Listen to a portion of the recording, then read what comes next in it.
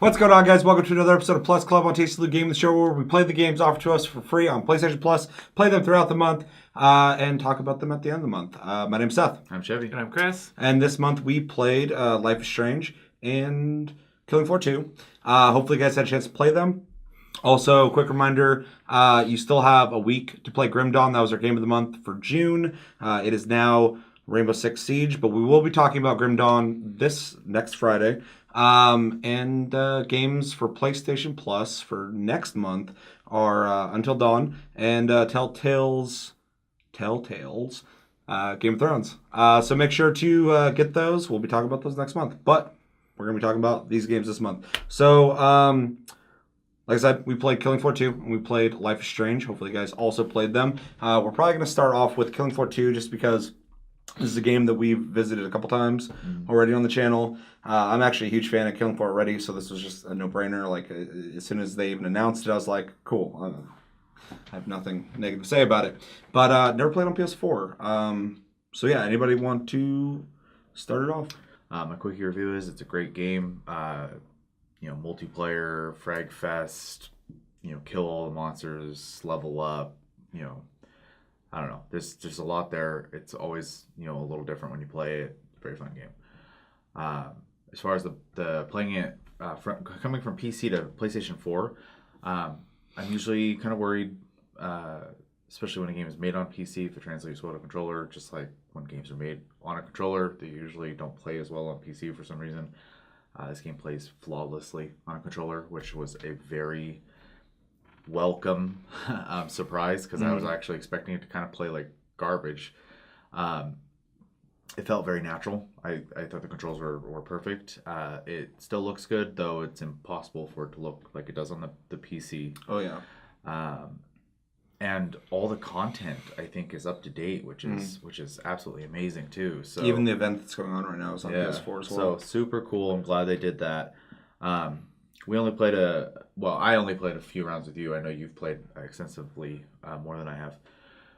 But yeah, I had a good time with it. I would probably play it again on console because it does feel really good on there. It's a welcome addition for it. So it's funny you mentioned that because typically with the Plus games, we normally, unless they're games we're interested in, we have an obligation to play them. For the channel, for you guys, and just because it's fun for us to all just kind of get in there and play the same games, talk about them. This one, obviously, like I said, I was already stoked for it because I played it a shitload on PC already. Played the first one a lot too. I'm a huge fan of Killing Floor. And then I realized I kind of found myself just like, I'd be sitting there and I'm like, what am I going to play? And I just like open up like fucking Killing Floor 2 and I start just like mindlessly shooting shit. I'm like, I completely forgot it was even like the game for Plus Club. I was just like, I love Killing Floor 2. And now I can just sit on my couch like a lazy fuck and just shoot shit. And that's what I did. Yeah, you talked about the controls. I also have the same concern because a lot of times things translating from console to PC or PC to console, some things get fucked up. A la Dark Souls from console over to PC was a fucking mess. And a lot of shooters that are made for PC going to console typically feel weird. They almost feel like they cheaply kind of just made the analog simulate left, right, up, and down on the mouse, and it just feels loose and shitty. This feels pretty close to Call of Duty, which is probably the best compliment I can give it, because Call of Duty on console has really mastered how an FPS should feel on a console. So they did a really good job with that. It plays well. All the buttons work really well. And yeah, like you said with the graphics as well, it still looks good.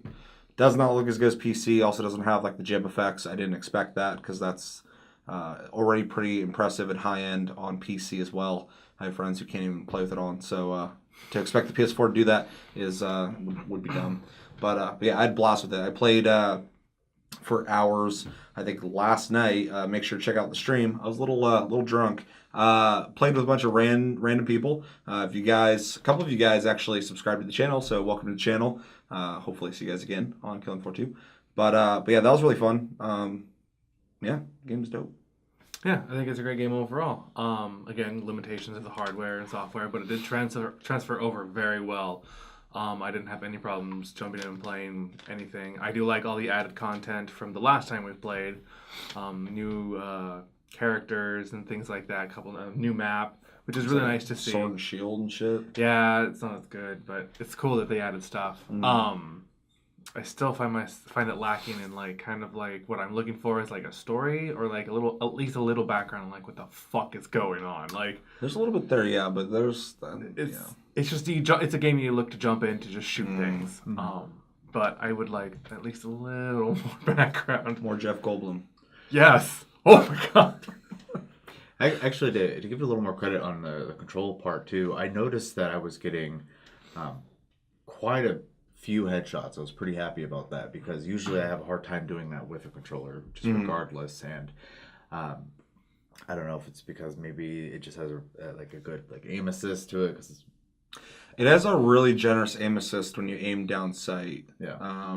It's not like an auto aim, but it definitely guides you in the right direction. Which it's a console game, so that doesn't even bother me. Yeah. It's funny on PC. I almost like I would say about 95% of the time never look down sight ever on PC. I just free shoot without a crosshair constantly. I did the same thing Killing Floor because the game is just so the way it's made. I don't know. It works better that way. On console though. It's the opposite. I'm constantly down sight, and that's fine because it feels good. Like I said, it kind of feels like Call of Duty in the way it plays. And in Call of Duty, I'm constantly just like fucking shooting everything that moves, and same thing here. So yeah, I mean, that kind of makes sense because yeah, it does have that. I feel like I was getting a lot of body shots though because I get a lot of fucking headshots on PC. And this was just fucking, with a shotgun, just fucking mowing through people. Yeah, and it might have been the class I was playing too, because Yeah. I was playing, what is it, the Soldier or whatever? Yeah, I think so. Yeah. And a lot of really good scopes on their guns. Support. Fucking mowing people down with shotguns. Survival is the best of it all. Yeah. Yeah, I think it's I the barely played that. third or fourth class I've tried in the game now. So I wanted to play something different when I played it on SWAT's really good. I played that on PC. I Yeah. did like it. I played that. I played, was it the Gunslinger? And Gunslinger's the pistol person, Pistol right? person, Yeah, yeah. yeah. And That it's one's fun, that one's okay. Sharpshooter's one of my favorites just because the Yeah. Winchester was in the original Killing Floor. They brought it back to this one. It's one of my favorite guns in the fucking game. So yeah, Sharpshooter's Yeah. dope. But overall, yeah, great game. If you have not played it yet, I would recommend downloading it for the month's over.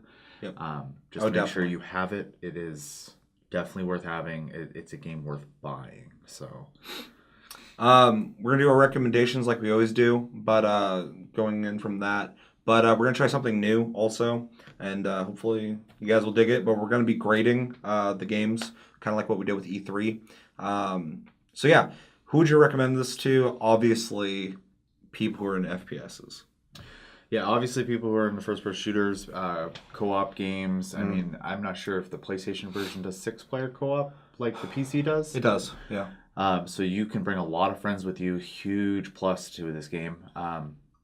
Anyone who's into just games that feature like undead or monsters and stuff like that, this is just a great excuse to essentially go through and murder a bunch of them.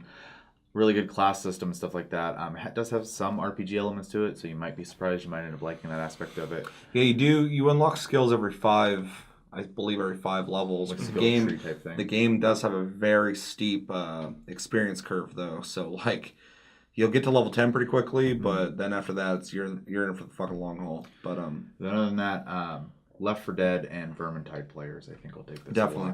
And I want to add on to that too with the FPS thing is people who like really gratifying shooters. There's a lot of games where you shoot shit, but this Yeah. game really makes you feel fucking awesome when you get that headshot. Especially with Z time. Or you shoot an arm off, or like on PC, you see the fucking bits fly everywhere, blood physics, which is insane. But we're talking about PS4. It still feels really good. It's the reason I play it. I think you pretty much nailed it though. Anything else you'd add to that? Anybody who's looking for like a really quick, fun, not super difficult gameplay, like even Turn that difficulty up. It gets crazy. FPS like failure did fine solo in that game. Well, that's the thing that's really great about the game is it's really accessible. You can play it on normal or hard, and I feel like anybody can really enjoy this game. Specifically, if you're playing with 6 people, it's kind of hard to fail because that's a lot of people. I also really like that you can play with 6 people because a lot of games kind of lock you in at 3 to 4 people, and that's fine. That's perfect. But to have a game, not every game needs 6 people. It's too much. But in this game, it's nice because like I've been in situations with having so many friends online, and everybody's like, I want to play. I'm like, we already got 4. You can't fucking go find your own group. I don't want to say that to my friends. That's awful. Yeah, So that was a huge problem when Borderlands 2 came out, actually. yeah. Mm. And Destiny, we had to make multiple groups. Yeah. Yeah. We don't talk about Destiny though. So yeah, it's accessible. It's fun. What would we grade it?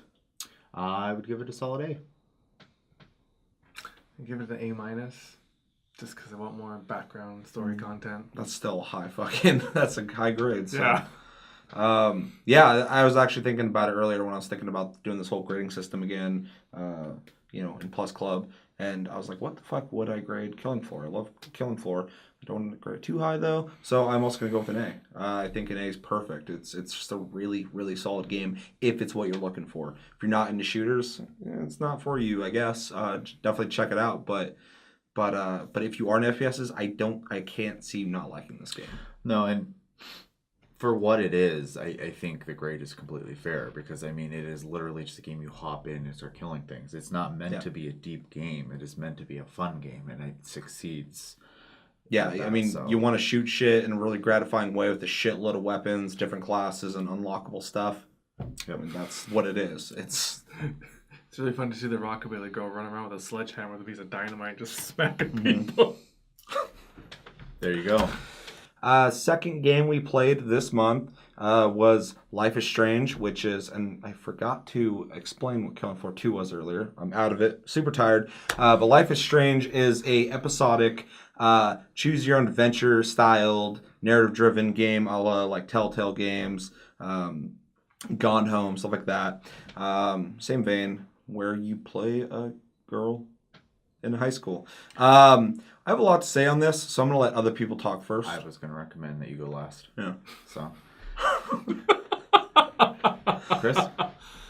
I really like narrative-driven games kind of like this where you have to choose and explore the world around you to make decisions that have basically like butterfly effects throughout the rest of the game.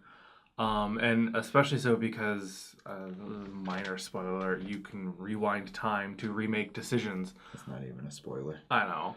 It's a mechanic. Which really, it's like a double-edged sword for me because like I like it because I'm like, oh, that kind of a fucked up answer. I can rewind time, but then at the same time my anxiety goes off. And I'm like, oh, should I do this? No, I gotta do this way. No, fuck, I did it this way. Let's go back again. I'm just stuck looping, making decisions over and over again. Stuck in that time loop. Graphically, it's okay. It's not horrible. It's not like Everybody's Gone to Rapture graphics. Yeah. It was a good looking game. Yeah. I think I was on the Crytek engine though, so. It was compelling though. I enjoyed it. I didn't find too much really at fault for it personally. I know one of your complaints is the dialogue in the game, and having a younger sister who's actually in that age demographic, it doesn't seem too foreign to me. Cool. All right. So I guess for me, I like these kind of games usually, and I'm intrigued by where the story's going to go. But I only managed to get through the first chapter, not for any reason other than Stormblood came out, and I can't pry myself away from it. So I'm interested to where the story's going to go, but my nitpick here is the pacing in the first chapter is really it drags out really bad. So I'm hoping that is addressed later. So I don't want to be too harsh on that aspect of it yet, just because I have not beaten the game. As far as dialogue goes, I was not a huge fan of the dialogue. I don't feel like they're ever like... It doesn't feel like two people talking to each other at any point in time. And it feels like people are expressing catchphrases more than emotions to each other. It's really kind of bizarre. I don't have any like connection to the characters either because I don't believe they're people. Yeah. So that's kind of hard for me. And then as far as like choices go, the game makes it almost impossible for you to make like bad choices. It does almost seem like in Telltale games, your choices actually seem like they matter in this game, and they might. For transparency, I've only played the first episode, I didn't even beat it. Yeah. But I played it. But it does seem almost more linear in a sense, like you're going forward and kind of having like minor interactions. Well, and I am trying to be pretty fair about it because I have not gotten very far, so I don't want to just sit here and rip it apart because I don't know what the rest of the game holds, and obviously it did well enough that they're making another one at this point.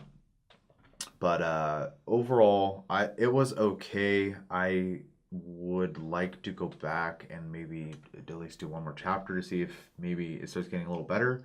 Let me know below. Does it get better? Is this something I should continue playing? Otherwise, I think I'm kind of done with it. So I got I don't know, about halfway through the first episode. I really struggled with this game. I tried attempting to play it 3 different times to get through the first episode, and I just hate everything about it. I really do. This is the second time this year that PlayStation Plus has released a game that almost feels offensive. Not offensive, insulting to me. The first one was Drawn to Death? Yeah. Mm-hmm. Drawn to Death, which was fucking garbage. And then this game comes out, and it has good reviews on Steam, but if you Google it, people are pissed about this game. So it's really confusing. The dialogue does seem like it's written by aliens. It's really weird. I can't compare it to really anything outside of The Room. Regardless of the age demographic, I know people of all ages. I don't know anybody that talks like this. Oh god, it's so fucking awful. The main character has about as much personality as Teb from Horizon Zero Dawn, who's the one like, oh hey Aloy, I made you a blanket. So that's the main character. She's boring. The whole thing is like a fucking really shitty indie movie, and it's trying to do that really bad with the acoustic guitar and just the mellow vibe. God, I can't stand this game. I couldn't beat the first episode. I tried to force myself to do it. I couldn't do it. I don't know. I feel fatigued even fucking thinking about it. Well, it's way less ranty than I was expecting. I don't have the energy for it. I just really like. I want to make a video when I'm a little more awake about this, going through the dialogue parts and breaking it down. There's a bunch of stuff online you can look up too, but it's just really insane. Some of the stuff they say from the very beginning of it. The teacher, everything he says is fucking stupid. What they say to each other is so disconnected. The weird cliches from like an 80s high school movie are all present in this. No one's like that. And then also, if you're on the same page with me, the guy who wrote all the dialogue, he's gotten a lot of complaints about it, not surprising to me at all. And he said, I'm very familiar with the Pacific Northwest. I go up to Oregon, Portland, and Seattle all the time. I'm there all the time. And as a Northern California boy, the word hella, which is said a million fucking times in this game, every 5 seconds, like, oh, fucking hella, hella, hella, is probably... By Aloy. But yeah.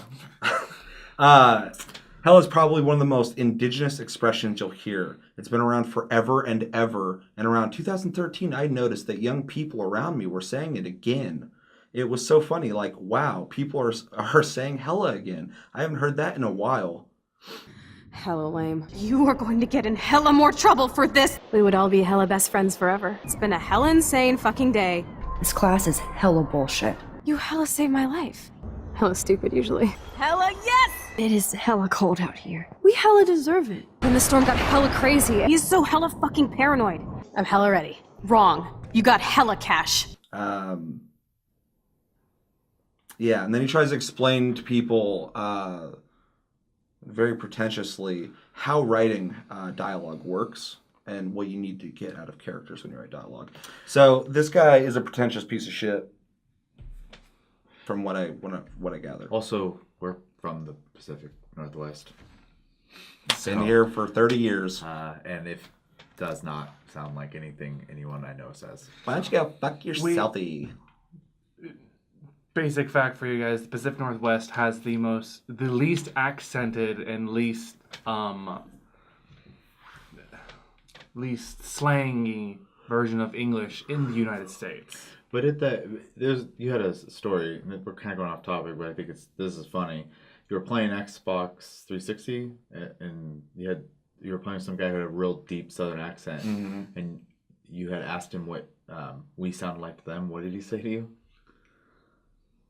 Oh, fuck, I don't remember. Like We're a bunch of fucking snobs or something like bunch that. of snobs and like bookworms and shit. And I was Yeah. like, I don't know if that's an insult. They specifically teach newscasters to speak with a Pacific Northwest dialect because it's the easiest one to understand because we enunciate our words so well. Just like you just did right now. Yes. Yeah, I don't. Oh god, I'm so lost about this. Just because, yeah, like you said, we're from here. Been all up and down the West Coast. There was a small period of time there where people were saying hella a little bit. It was like a little bit, and then South Park made fun of it, and then people started saying it a little bit more, and then it went away. This guy talks about like they're saying hella back in the 70s or something. They weren't. Back in the 80s, he's just being a fucking pretentious prick. But oh god, it's just so fucking bad. It's so bad the whole time. I couldn't. Okay, first off, I'm gonna break it down.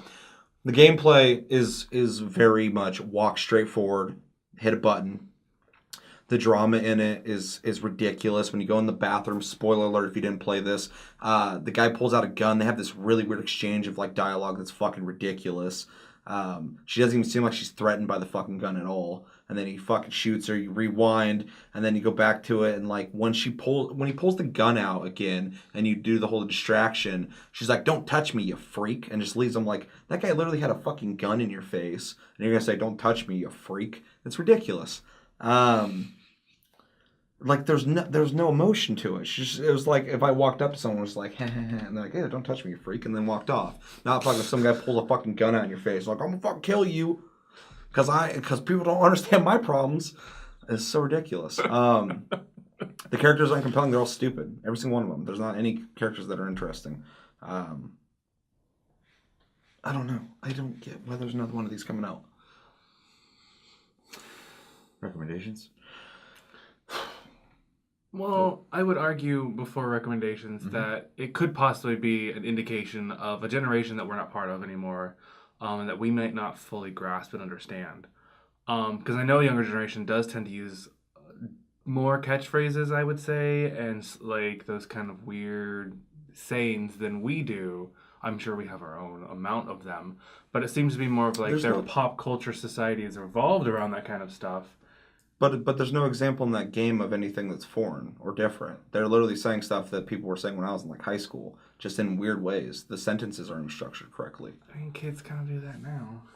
I don't know any, and I know lots. I know kids. I just don't know fucking any kids that talk like that. Everybody talks normal English.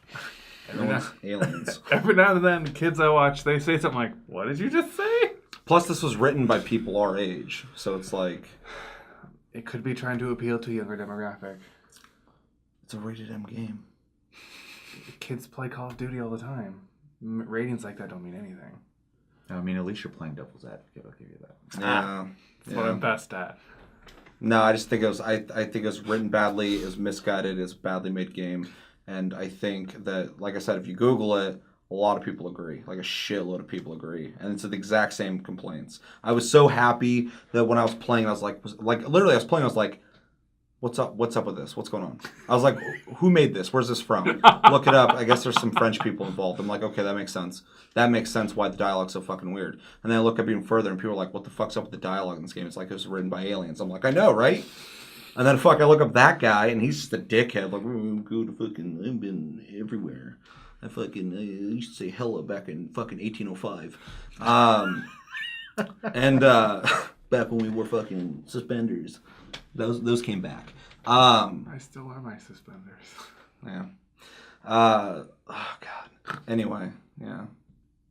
Recommendations. I want to say nobody, but that's not fair because somebody might like this. So if you're into Telltale games, if you're into any narrative-driven storyline-based games where you make decisions or whatever, and you're okay with very subpar written dialogue on any medium, any level, and you're into melodramatic indie type movies, which I like some of them. Definitely check it out. Yeah, I think if you're just a diehard adventure game fan, or even just narrative game fan, I guess a good example would be like To the Moon. This is probably something that you'll want to go ahead and play through. I'm sure you'll find redeeming qualities to it if you're playing all adventure games and narrative games anyways. I would also probably recommend this to people who like things like The Room and stuff like that. Which I don't think they were going for, but now there was The Room. Yeah, so if you're looking for a very strange experience, I think Life is Strange. Life is Strange. I also want to just give everyone a heads up. You have 2 adventure games to play next month, so that's my. Oh yeah, Yep. they're both They're adventure both games. adventure games. I'd probably recommend this to people who are really diehard fans of these story quest puzzle games. And also, I think it has a strong demographic for tweens and teens. I think it would really appeal to them. It's mechanically, it's not difficult. The storyline, I'm sure they could identify with, and I think it's a good entry point if you've never played a story-driven based game like that before. This is a good place to start to get like kind of like a loose feel of how. Yeah, don't games start like with this. The Walking Dead and then move to this. Do the Yeah, opposite. no, yeah, Or yeah, even King's Quest. yeah. Yeah. Because King's Quest is more of like that traditional, like you have to figure everything out. That game was a huge surprise. No, I was- still need to go back and play it. Those were like full-fledged like episodes. Like they were like 6 Full hours. games, yeah. That's crazy. Grades. First off, can you guys guess what I'm gonna grade it? I imagine an F. I think you're gonna give it somewhere around a C. I'm not giving an F. That's fucking ridiculous. But I'll give Drawn to Death an F though. Fuck that game. That game was made as a shill to make money. That was it. They literally released that, made their money off PlayStation Plus or Sony, and then they fucking released it. I'm like, fuck that game. D minus. Give it a D minus only because I can't give it an F. It's playable. It's definitely playable. It has a concept. It's just it has nothing redeeming for me personally. I could never play this game again, and I honestly do not want to recommend it to somebody unless they're like, oh, I've played fucking everything that's like this. What else is there? Be like, have you tried Life is Strange? You might like it. I hate it, but you might like it. Yeah, D minus. I'd probably go lower, except for I haven't beaten it, so I want to be, like I said a million times, kind of fair about it. So I'm gonna go with C minus. I originally wanted to say D, but it could get better. And I don't think all aspects of it were terrible. There's some puzzle stuff to it that was kind of interesting. There was some surprises in that regard, but it's not a very compelling game to play, though, so I have a hard time going any higher than that. I actually give it a weak C plus to a C to a C plus. Sorry. There's not really anything super wrong personally with that game, but there's nothing really super great about that game. Yeah. I mean, the storyline is slightly intriguing to me, but I kind of like watching other people's drama go nuts. I mean, that's kind of a fair point. I like that shit too, typically. I gotta be able to understand what they're saying. I will say, though, I felt really bad for the bitch Vicky. What's her name? Victoria Vicky? Oh, yeah. The mean girl. Yeah. I always feel slightly bad for those characters. Why? Because you know that they're only being outwardly cruel and mean to other people because they feel horrible about themselves on the inside. Typically, yeah. And the moments that you actually try to be nice to her, she actually kind of reveals that she's kind of a nicer person. She just has to have that tougher exterior because she has something deep within her that's not. I think that was completely an archetype that guy was attempting to do. with That character. game's full of really cliche archetypes. Sure. But yeah, you're right. I like those characters that you can redeem through just being like a human being to them. Is she redeemed in the first episode? No. I never beat it. I already said that, but I never fucking You beat just kind of get a glint of humanity in there. it. Yeah. Let us know in the comments. Did you play Life is Strange? Have you played it? Does it sound interesting to you? Does I'm it sure. get better? I'm sure I sold it to you completely. I'm sure that just sounded great. Let us know though. Let us know what you thought of it. That's gonna do it for this episode of Plus Club for June 2017. Thanks for watching, guys. Make sure to like, subscribe if you enjoyed this episode. Make sure to check out our other episodes. Check us out on Tumblr and Twitter, Tastefully Gaming. Check out the stream on the channel. I actually streamed fucking last night. It's uploaded right now, and they're always uploaded, so make sure to check those out. Check him out on Twitch, Tasty_fruit. And yeah, my name's Seth. I'm Chevy. And I'm Chris. Until next episode, which will be next Tuesday for Taste Tuesday, doing it all over again. Have a good weekend, guys, and take it easy. Brace yourself. Telltale games are coming. Why are you a pirate? I don't know. I've never watched the show. Hope you checked the perimeter, as my step-ass would say. Now, let's talk business. The ball head even has a pan lock? God, I'm such a photo nerd. I have to get my chemical on and study. Don't worry, Max. I'll put a vintage filter on it right before I post it all over social medias. Now, why don't you go fuck your selfie?